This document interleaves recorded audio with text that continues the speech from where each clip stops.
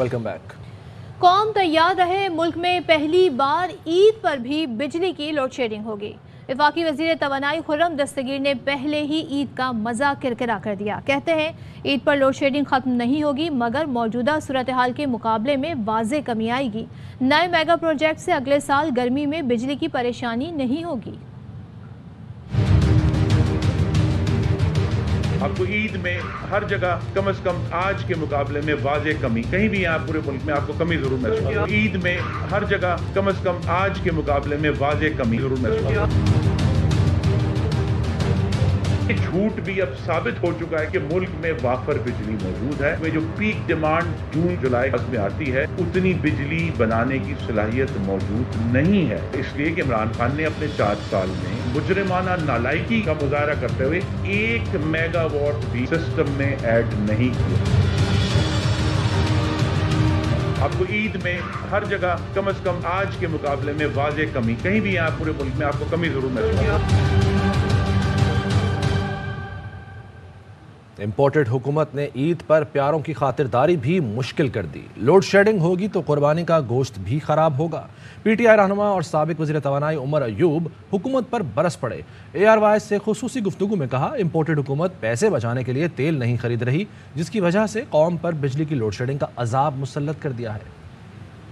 आज सुबह ही मैं एक मीटिंग में बात कर रहा था और मैंने कहा था कि जी इस ईद में बहुत ही तबाही होगी लोड शेडिंग की वजह से। इनके अपने वुज़रा ने ही इस चीज का एतराफ़ किया है कि हम लोगों के पास 2 चीजें हैं, या पैसे बचाएं या फिर लोड शेडिंग ना करें। तो ये लोग ये कर रहे हैं कि लोड शेडिंग करके तो अपना पैसा बचा रहे हैं, और इस ईद में कुर्बानी का गोश्त लोगों का खराब होगा। लोग जो छुट्टियों पे घर आएंगे उनकी ईद खराब होगी। हालिया तवानाई बहरान की वजह नून लीग के लगाए गए महंगे पावर प्लांट्स हैं जो इम्पोर्टेड ईंधन पर चलते हैं। पीटीआई रहनुमा हमाद अजहर का ट्वीट, लिखा, नून लीग पावर प्लांट खुद बंद कर रही है। इन प्लांट्स के चलने से बिजली मजीद महंगी करना पड़ेगी। माजी में नून लीग की गलत मनसूबाबंदी के बावजूद पीटीआई हुकूमत ने लोड शेडिंग नहीं होने दी थी। घंटों बिजली गायब होने से लोग तंग आ गए। कहते हैं बिजली होती नहीं, लेकिन बिल बड़े बड़े आ जाते हैं कि इलेक्ट्रिक तो कुर्बानी का आधा पैसा हड़प कर गई। शहबाज हुकूमत कहती थी हम आए तो सब ठीक हो जाएगा, लेकिन कुछ भी ठीक नहीं हुआ। जो बिजली आती थी वो भी गायब हो गई। कारोबार वैसी नहीं है, गर्मी के अंदर वैसी मर रहा है। बिल इतने आ रहे हैं। अभी 69,000 रुपए का बिल भर के बैठा हूं। अगले महीने का पता नहीं कितने का आएगा। आधी कुर्बानी के पैसा तो मेरे यही लेगा। शेडिंग का तो ये हिसाब है, सुबह जाती है और रात को आती है। अभी भी रात को 4 बजे लाइट आई है, रात 11 बजे की गई भी। लाइट का बड़ा मामला खराब है। लाइट ने तो वाकई बहुत परेशान किया हुआ है। हम काम से बैठे हुए, जब दिल करता है लाइट चले जाती है। कोई काम ठीक से नहीं हो रहा। लोग काम नहीं करेंगे तो पैसे कहाँ से अर्न करेंगे। दावे करते थे कि हमारे आने से सब कुछ ठीक हो जाएगा, ये कर देंगे, हम वो कर देंगे, लेकिन कुछ भी हाल सही नहीं हो रहा। लोड शेडिंग इतने परेशान है, कारोबार ठप है। हमें तो हर तरफ से 440 वोल्ट का झटका लग रहा है, चाहे वो बिजली की कीमतों में हो, चाहे लोड शेडिंग की सूरत में हो। पूरे मुल्क को अंधेरे में डुबो दिया है। मुल्क भर में बिजली का बहरान, वजीर आजम शहबाज शरीफ का नोटिस, बंद पावर प्लांट्स की फौरी बहाली का हुक्म दे दिया। वजीर आजम की जेर सदारत बिजली लोड शेडिंग पर काबू पाने से मुताल्लिक इजलास हुआ, जिसमें एहसन इकबाल, मिफ्ता इस्माइल, शाहिद खाकान अब्बासी, मुसद्दिक मलिक, खुर्रम दस्तगीर और मरियम औरंगजेब ने शिरकत की। कल ये एक ऑडियो लेकर आए। आवाम ने आधे घंटे में ऑडियो का कच्चा छठा खोल कर रख दिया। पीटीआई रहनुमा शहबाज गिल की प्रेस कॉन्फ्रेंस, कहा अता तारड़ ने प्रेस कॉन्फ्रेंस में बुशरा बीबी के खिलाफ गलीज जबान इस्तेमाल की, स्कैंडलाइज करने की कोशिश की। तंबीह करते हैं कि अगर बाज नहीं आए तो इसी जबान में जवाब दिया जाएगा।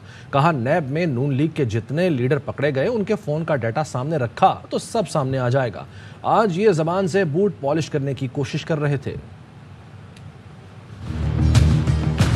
कल जो जाली ऑडियो टेप लेके आए मोहतरमा बुशरा बेगम साहबा, उनके बारे में गलीज जुबान इस्तेमाल करना, उनको फाइनेंशियल करप्शन का स्कैंडलाइज करने की कोशिश करना, गद्दारी के ऊपर कल एक टेप आपके सामने रखी गई, हमने जवाब नहीं दिया। आधे घंटे के अंदर सोशल मीडिया ने वो टेप उधेड़ के इनके हाथ में पकड़ा दी। एक ही लफ्ज की अदायगी 2 डिफरेंट जगहों पे डिफरेंट गलाजत करें, वो आपने करनी है। हम आपके लेवल पर नहीं उतरेंगे, लेकिन अगर आपने दोबारा खातून अव्वल के बारे में इस तरह की जुबान इस्तेमाल की, फिर आपको उसी जुबान में जवाब आएगा।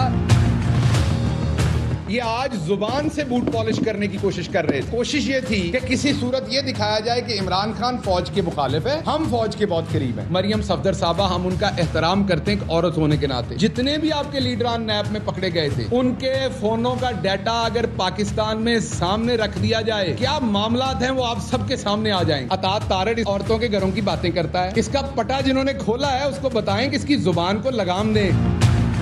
फरा गोगी साहब, इल्जाम क्या है? पंजाब के अंदर डीसी, एसी, कमिश्नर लगवा कर पैसा कमाया। अगर हमने उन डीसीओं से पैसे लेके डीसी लगाए थे तो इन्होंने की लिया या की देता है? आज वो डीसी कहां लगे हुए हैं? अगर वही डीसी सब लगे हुए हैं तो फिर प्रोपेगेंडा किस चीज का है? हुकूमत की चोर मचाए शोर की कहानी चल रही है। 3.5 साल बाद भी इनको सिर्फ तोशाखाना मिला। पीटीआई रहनुमा फारूक हबीब ने हुकूमत को खबरदार करते हुए कहा, जिस बेहूदगी पर आप उतरे हुए हैं हमसे फिर गिला न करना। वीडियोस के जरिए लोगों को ब्लैकमेल किया जा रहा है। रेड वारंट जारी करने हैं तो सुलेमान शहबाज के करें। चोर मचाए शोर इस वक्त जो कहानी है वो चल रही है। 3.5 साल बाद भी इनके पास सिर्फ तोशाखाना है। बुशरा बीबी के हवाले से मुबीना ऑडियो वायरल की है इन्होंने, वो मरियम सफदर की टोटा साज फैक्ट्री है। ये तमाम जो डीप फेक टेक्नोलॉजी के तहत टोटा फैक्ट्री चल रही है, ये किसी से ढकी छुपी नहीं है। जिस दिन इनका कोई टोटा बाहर आ गया तो ये फिर टोटे टोटे होते फिरेंगे। आप लोग आग के साथ खेल रहे हो। जो बेहूदगी के ऊपर आप उतरे हुए हैं, आप रेड लाइन को क्रॉस कर रहे हैं, रेड लाइन को। फिर आप हमसे ना गिला कीजिएगा ना हमसे फिर शिकवा कीजिएगा, क्योंकि आप लोग जो है वो लातों के भूत हैं, बातों से मानने वाले नहीं हैं। बड़े मुतालबे हो रहे हैं, फलां पे रेड वारंट करने लगे हैं, फलां के रेड वारंट करने लगे। और सलमान शहबाज के रेड वारंट तो जारी करो। इस्लामाबाद के इलाके बरी इमाम से 12 और 16 साल के 2 बच्चे लापता हुए तो बेबसी की तस्वीर बना बाप इस्लामाबाद से शहर शहर पैदल सफ़र करता और लोगों को अपने बच्चों की तस्वीरें दिखाता रहा। जेहलम के एक रिपोर्टर ने वीलॉग में बाप की लाचारी की दास्तान बयान की, जिसमें परवेज रो रो कर दुहाइयाँ देता नजर आया।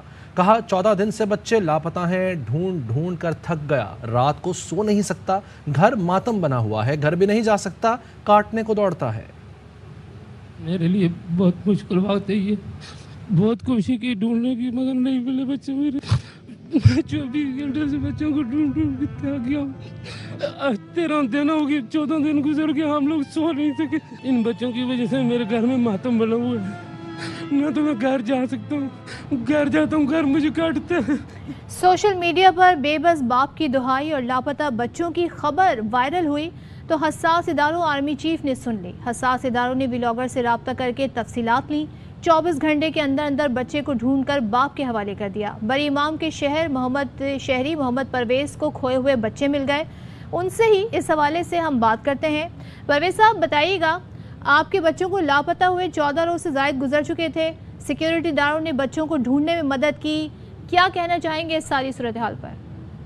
साथीदारों ने मेरे साथ तावन किया और जनरल कमर जवेद बाजवा साहब ने भी बहुत मेरे साथ तावन किया और उनकी टीमें भी मेरे घर तक आई हैं और अल्हम्दुलिल्लाह मेरे बच्चे उन्होंने बाजियाब करवा कर घर पे सलामत पहुंचाए। तो मैं जनरल कमर जवेद बाजवा साहब का भी शुक्रगुजार हूँ और जितने भी हमारे साथी इदारे हैं उनकी वजह से, उनकी काफियों की वजह से, उनकी मेहनत की वजह से मेरा घर तो एक मातम बना हुआ था। आज हम लोग बहुत खुश हैं। ऐसे बात मेरे पास नहीं है कि मैं उनका कैसे शुक्रिया अदा करूँ। और अल्लाह ऐसे ही हमारे हुक्मरानों को, बिलखुसूस चीफ जनरल कमर जवेद बाजवा साहब को सलामत रखे और हमारे पाकिस्तान की अफवाज को मैं सलाम करता हूँ कि जिन्होंने हमारे साथ सपोर्ट किए।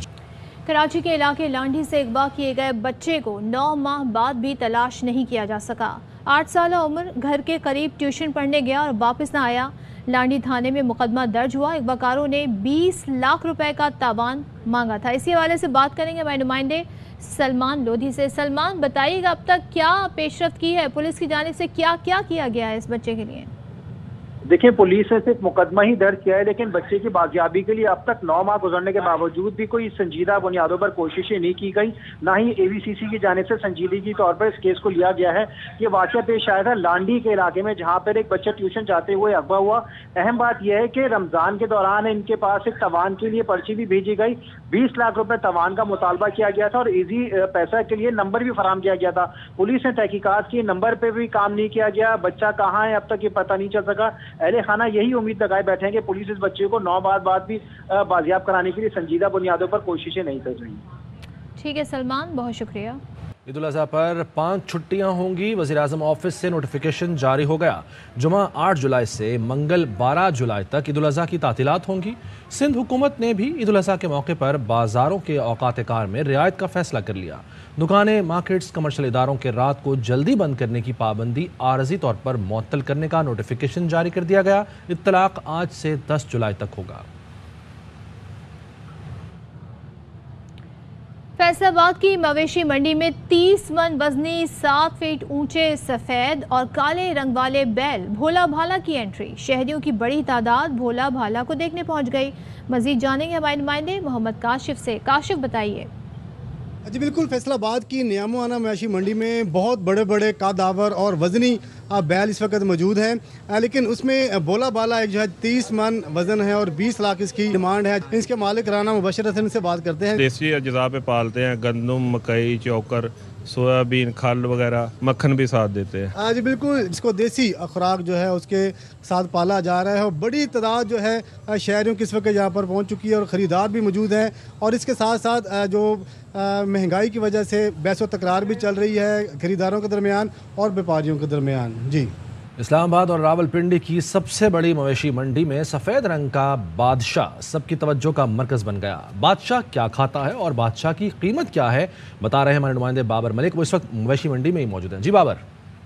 आज ये इस वक्त दारुल हुकूमत इस्लामाबाद की I-15 की मवेशी मंडी, ये ईद उल अज़हा के कुर्बानी के जानवरों की सबसे बड़ी मवेशी मंडी है। यहाँ पे बादशाह आया हुआ है, पांडा है और बड़े बड़े खूबसूरत जानवर सुन्नत इब्राहिमी के लिए यहाँ लाएंगे। कीमतें उनकी आसमानों से हैं, लेकिन खूबसूरती की क्या बात है। बादशाह को क्या खिलाया पिलाया, माशाल्लाह बहुत खूबसूरत है। देसी खुराक खिलाई है, गंदम खिलाई है, बाजरा खिलाया, मकई खिलाई है, दूध पिलाया हुआ इन्हें, शक्कर खिलाई हुई है। यानी जो चीज़ें हमने नहीं खाई शौक से, जितनी इनको माशाल्लाह से हमने देसी खुराक खिलाई हुई हैं। इसकी प्राइस क्या है? इसकी 8.5 लाख रुपए कह रही हैं। लोग शॉर्टकट के चक्कर में वंडा खिलाते हैं, हमने कोई इनको वंडा नहीं खिलाया। हमने टोटल इनको देसी खुराक पे रखा हुआ है, इसलिए हमने इसकी 8.5 लाख रुपए प्राइस रखी। शौक का कोई मूल नहीं है और जिसको ये लग गया खूबसूरत, जिसके दिल को भा गया, बादशाह उसी का होगा।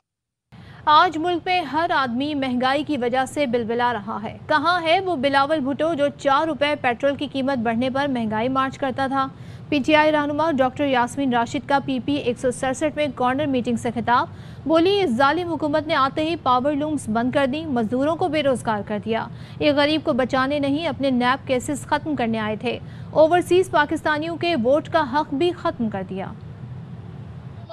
वापस आके पहला काम उसने किया है, दोबारा वो लूम्स बंद होनी शुरू हो गई और मजदूर बेरोजगार हो रहे हैं। महंगाई का एक सैलाब ले आए हैं। अब कहाँ है वो बिलावल जो वो महंगाई मार्च करना शुरू हो जाता था जिस दिन 4 रुपए पेट्रोल की कीमत बढ़ती थी। आज हर आदमी बिलबिला पड़ा है महंगाई की वजह से। वो लोगों की खत्म करने आए थे, वो अपने केसेस खत्म करने आए थे। उन्होंने आके नैब का खत्म किया। उनको ये पता था कि ओवरसीज पाकिस्तानी जो के इमरान खान को वोट देंगे, इस वजह से उन्होंने आके और ओवरसीज पाकिस्तानी की भी वोट की हद खत्म कर दिया। अहम खबर देंगे आपको, महंगे तरीन हज अखराजात, पीडीएम हुकूमत सब्सिडी का वादा भी पूरा न कर सकी। इसी बारे में बात करेंगे हमारे नुमाइंदे जाहिद मशवानी से। जाहिद, आगाह कीजिए। वज़ीर-ए-आज़म ने हज के सरकारी स्कीम के तहत 32,000 आज़मीन को सब्सिडी देने का ऐलान किया था। 1.5 लाख रुपए फीकस की सब्सिडी थी, 9 लाख रुपए के हज अखराजात बताए गए थे और मजमूई तौर पर 4 अरब 80 करोड़ रुपए की सब्सिडी थी। हज इस वक्त रवा है और लब्बैक के वहाँ पे जो है वो एक सदाएं भी बुलंद हो रही हैं, लेकिन आज़मीन हज वहाँ परेशान है और अभी तक ये सब्सिडी नहीं दी गई। कहा जा रहा है कि हज के बाद इनकी अकाउंट में रकम डाल दी जाएगी, बाद में अकाउंट में रकम डाली जाएगी, ये बताया जा रहा है। बहुत शुक्रिया आगाह करने के लिए जाहिद। न्यूज़ बुलेटिन से इतना ही। मज़ीद खबरों और अपडेट्स के लिए देखते रहिए AR1 न्यूज़। अहम तरीन खबरें अब एक क्लिक की दूरी पर। आपके पसंदीदा टॉक शोज हों या अहम मुल्की या गैर मुल्की शख्सियात की न्यूज कॉन्फ्रेंसेस, हर लम्हा बाखबर रहने के लिए सब्सक्राइब करें हमारा YouTube चैनल। मौसम की सूरत हाल हो या खेल के मैदान से खबरें, अपने मोबाइल फोन से मुल्की और बैनुल अक़वामी अहम खबरों तक रसाई के लिए डाउनलोड कीजिए मोबाइल ऐप। बावसूख ज़राए से मुसद्दिका खबरों, तज्ज़ियों और तबसरों से मुस्तफ़ीद होने के लिए विजिट कीजिए पाकिस्तान की सबसे बड़ी न्यूज वेबसाइट www.arYnews.tv। इन सब के अलावा पाकिस्तान का सबसे बड़ा फेसबुक पेज हो, सबसे बड़ा न्यूज इंस्टाग्राम अकाउंट या फिर ट्विटर, ARY न्यूज पहुंचा रहा है खबरें सबसे पहले आप तक, ताकि आप रहें हर लम्हा बाखबर।